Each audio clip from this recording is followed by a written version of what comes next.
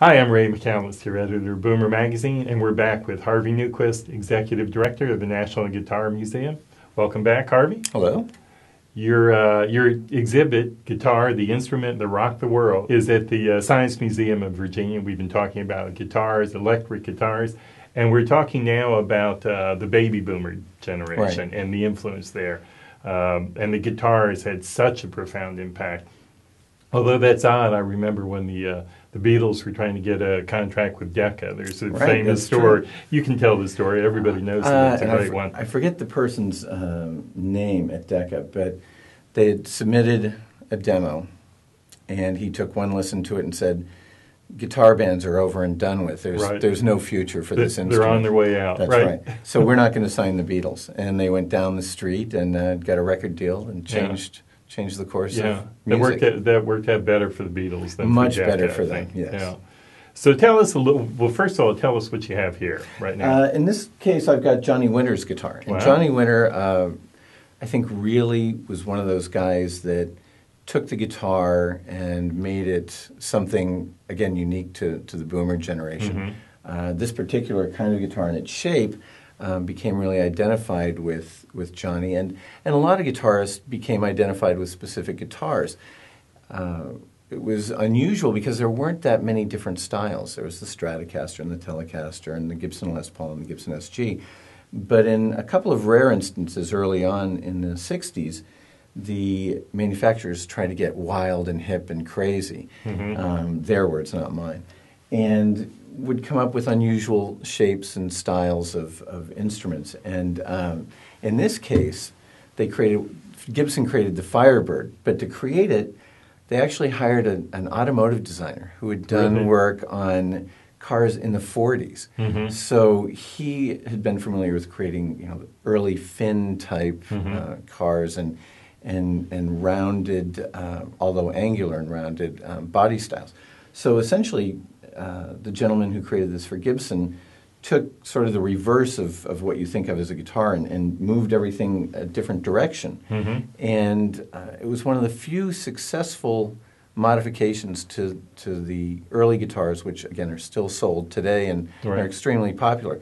This guitar is not that popular. It's kind of iconic because of Johnny's playing of it, but as boomers, we tended to stick to very tried and true shapes and forms, which has made those guitars popular even to this day. And there have been lots of attempts to change the design and the shape, and many of them became popular with subsequent generations. Mm-hmm. But for the boomers, the Telecaster, the Stratocaster, the Les Paul are very much the guitars of choice. Mm-hmm. Why is the music of that generation so guitar-oriented? Well, there's really a break, as we all know, with the boomers, and how do we differentiate ourselves from our parents?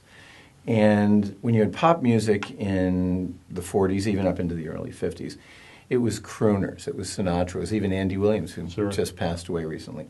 And with the electric guitar, which could be made very loud and had a distorted sound, you had something that had never been heard before. And so for a generation that wanted to establish itself separate from previous generations, more so than any other generation had wanted to distance itself from their parents and their parents, there was really a sense that this was ours and that no one before could lay claim to it. Our parents couldn't lay claim to it because it wasn't invented. It was invented when we were born, and therefore it's ours, and we're going to do whatever we can with it. In that case, it meant somebody like Hendrix playing the Star-Spangled Banner on it, or Pete Townshend from The Who smashing it on a stage to show his rage.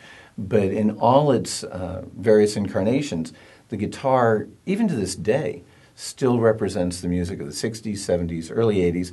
And again, I think even now, some of the indie guitar bands of the next generation really look to the guitar as a defining instrument. Mm-hmm.